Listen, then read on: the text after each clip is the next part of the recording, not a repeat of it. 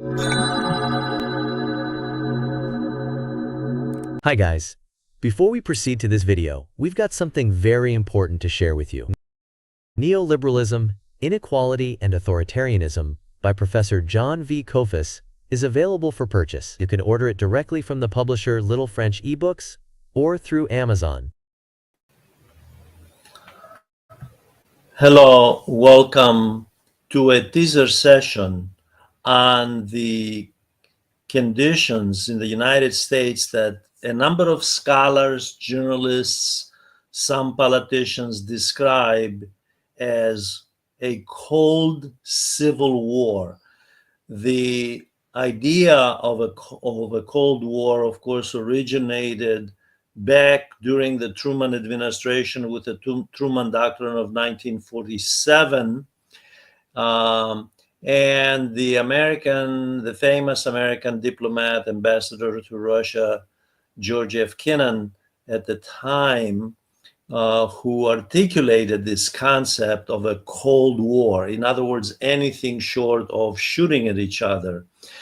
The question, of course, is whether scholars for a number of decades, as well as journalists, politicians, other political observers, are correct in arguing that the United States has been undergoing a sort of a cold civil war, and increasingly the evidence is that is indeed the case. Obviously, the classic example of a civil war is during the Lincoln presidency in the first half of the 1860s, when the United States went into was immersed in a civil war, North versus South, namely the concept of the integrity of the Union. Really, the Civil War has many interpretations. My own interpretation, and a number of structuralist historians like myself maintain that this was indeed necessary as a precondition to create a mobile labor force and a precondition for the industrialization of America, because no country in the world has ever industrialized, that is, develop a secondary of production, manufacturing, in the absence of creating a mobile labor force. And slavery is not such a labor force. So, and you can see this, by the way, when we examine the post-Civil War conditions of the industrialization of America. This is when the industrialization of America takes place. The United States and Japan, actually, in the second half of the 19th century, in the case of the United States, right after the Civil War, both develop a secondary sector of production, and both develop major naval forces using the manufacturing sector to develop a naval force to compete with Northwest Europe that was, of course, way ahead of both the United States and Japan. Now, that's the classic example. Today, and in the last few decades, let me say that the last time that there were conditions, Civil War-like conditions in the United States, cold Civil War-like conditions, was during the Vietnam War of the 1960s, early 1970s, which coincided with the civil rights movement, the assassination, of course, of both Martin Luther King and Bobby Kennedy, and of course the massive division, polarization of American society back at the time. And just like back then, when it was both political parties, Democrat and Republican, responsible for the polarization of American society, we have the exact same thing today, although the GOP seems to be much more resolute, much more determined in pursuing policies that exacerbate polarization, political, cultural, social, economic polarization. The policies are at the root of polarization. Polarization that has led to cold civil war-like conditions today. And of course, this has been in the process of the last 40, 50 years, especially when Reagan came in and adopted the institutionalized neoliberalism, that is privatization of public enterprises, lowering taxes on the rich and corporations, switching from social safety net, social welfare policies to corporate welfare, transferring massive amount of wealth from the middle class and the working class to the capitalist class. And that has been going on under both Republican and Democratic administrations. This is not an issue of just the GOP. And of course, since 2016, as many have argued, 2017, I should say, an issue of personality cult, namely blaming just Donald Trump. That's nonsense. Donald Trump is the symptom of all this, and he's simply following the trend. He hardly invented any of this. This was around before Donald Trump. In fact, since 2009, the Tea Party movement in the United States, a far right-wing ideological group that wanted to take the GOP, the Republican Party, to the far right, and Donald Trump only institutionalized what was already there in the far right of the GOP, brought it into the mainstream, and now there we are. So this is more complex than it seems. The other dimension of this, and I invite you to look at the analytical video, the long video on this, which I discussed this, is that this is not happening only in the political realm and only at the level of the presidency or even Congress. By the way, anyone who has watched congressional hearings, House or Senate, knows that this is not how the old bipartisan consensus used to be. It is indeed conditions of a cold civil war. There is hostility to the degree of openly discussing retribution of one another. That is, the two major parties, both responsible for this polarization, by the way. And so you don't have to go far to look at this, to find evidence of this at all. But this is not at that level, at the central government level. This is at all levels. It's at the state level, and it's at the local level, the city and county level as well. You find it throughout, and you find it throughout all institutions, from education to the private sector, by the way.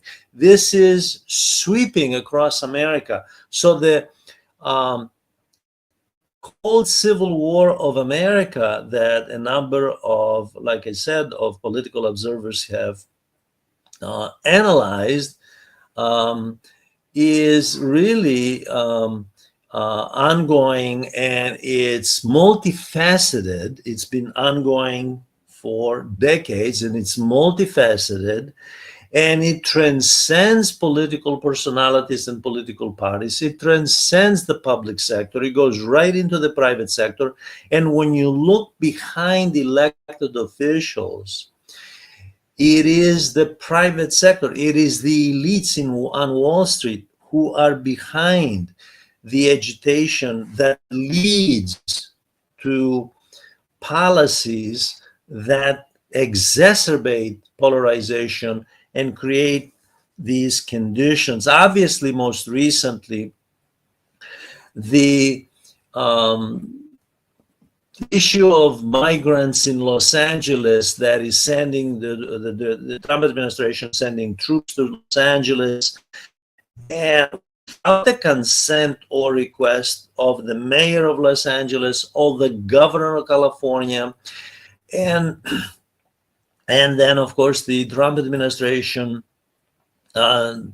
trying to use the issue of crime, although as we'll see in the longer video, crime has been dropping, not just in Washington, D.C., but all the major cities that the government, that the Trump administration wants to target, which are all they just happen to be Democratic.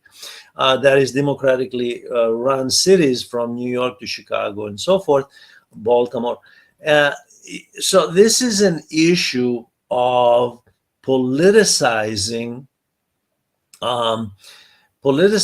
identity politics and using identity politics and the adamant opposition of the Trump administration to the diversity, equity, and inclusion agenda of identity politics of the Democratic Party to basically push Judeo-Christian nationalism. And this is evident in all institutions, especially in education. Just recently, there was a headline that 8 states in the United States adopted a curriculum for education that is based on anti-DEI, diversity, equity, inclusion principles, that is MAGA principles that the Trump administration, GOP, is pushing. The courts have gotten into this. The courts, especially the Supreme Court, the latest example of the Supreme Court is just yesterday, 21st of August, when it gave the green light to the White House reinforcing the unitary executive theory that the Trump administration has embraced and the Republicans have embraced, which is basically a theory that is normalizing a presidency, in essence, I don't want to say obviating, but certainly weakening the role of the legislative branch of government. This latest ruling was to allow the Trump administration not to provide funding to the NIH, the National Institutes of Health, if for any project related to minorities, gay, lesbian issues, anything to do with so-called marginalized groups, invariably linked to the Democratic Party. There is all sorts of evidence that this is indeed a trend across all walks of life, that there is a holistic approach to this issue of taking American society into a monolithic course by the GOP, whereas the other side wants to keep it more or less pluralistic and an open society. This is not to say, by the way, that the other side did not instigate this, because that's the so-called pluralism and the open society has been a facade. And actually, when one follows the policies, for example, of the Biden administration in the last 4 years, what we see before Trump came in, what we see is that some of the issues that Trump continued and built on, for example, attacking universities and using the pretext of anti-Semitism, that started with Biden. That started with a Democrat. So this is not an issue that one can say, well, it's all Trump's fault. No, it's not. This is an institutional issue, and the fact is that both mainstream political parties are responsible, and behind them are billionaires. When you look at the funding for the campaigns of the political class in America, you find billionaires and corporations, and that is at the root of it. The United States, of course, has a decline in the white majority population. So this is in part an issue of demographics. Right now, 1/3 of the American population is made up of blacks and Hispanics. In 20 to 30 years, it'll be that group, that those two groups, blacks and Hispanics, will be the majority. The whites will be a situation like South Africa before Nelson Mandela. So they will have to be, they will be a minority demographically governing over a majority, which is going to be the minorities at this point. There is the other issue of the declining economy. Just today, I saw the latest statistics that the United States GDP against China, measured in purchasing power parity, has a gap of 10 trillion. China is at 40, a little bit above 40. US is at 30 trillion. So the US is falling behind. And before long, India will surpass the United States. India will go ahead of the United States. So there is that issue, and the elites are at war, and for the slice of the economic pie to retain their privileges. And this is manifested in policy and in the acts of the two mainstream parties for a slice of the pie, maintaining their privileges, and how to do this within the social contract of neoliberalism. I invite you to join me for the analytical video, the longer video, and I ask you to send in questions, write comments, and please, by all means, join this channel. Thank you very much. Thank you.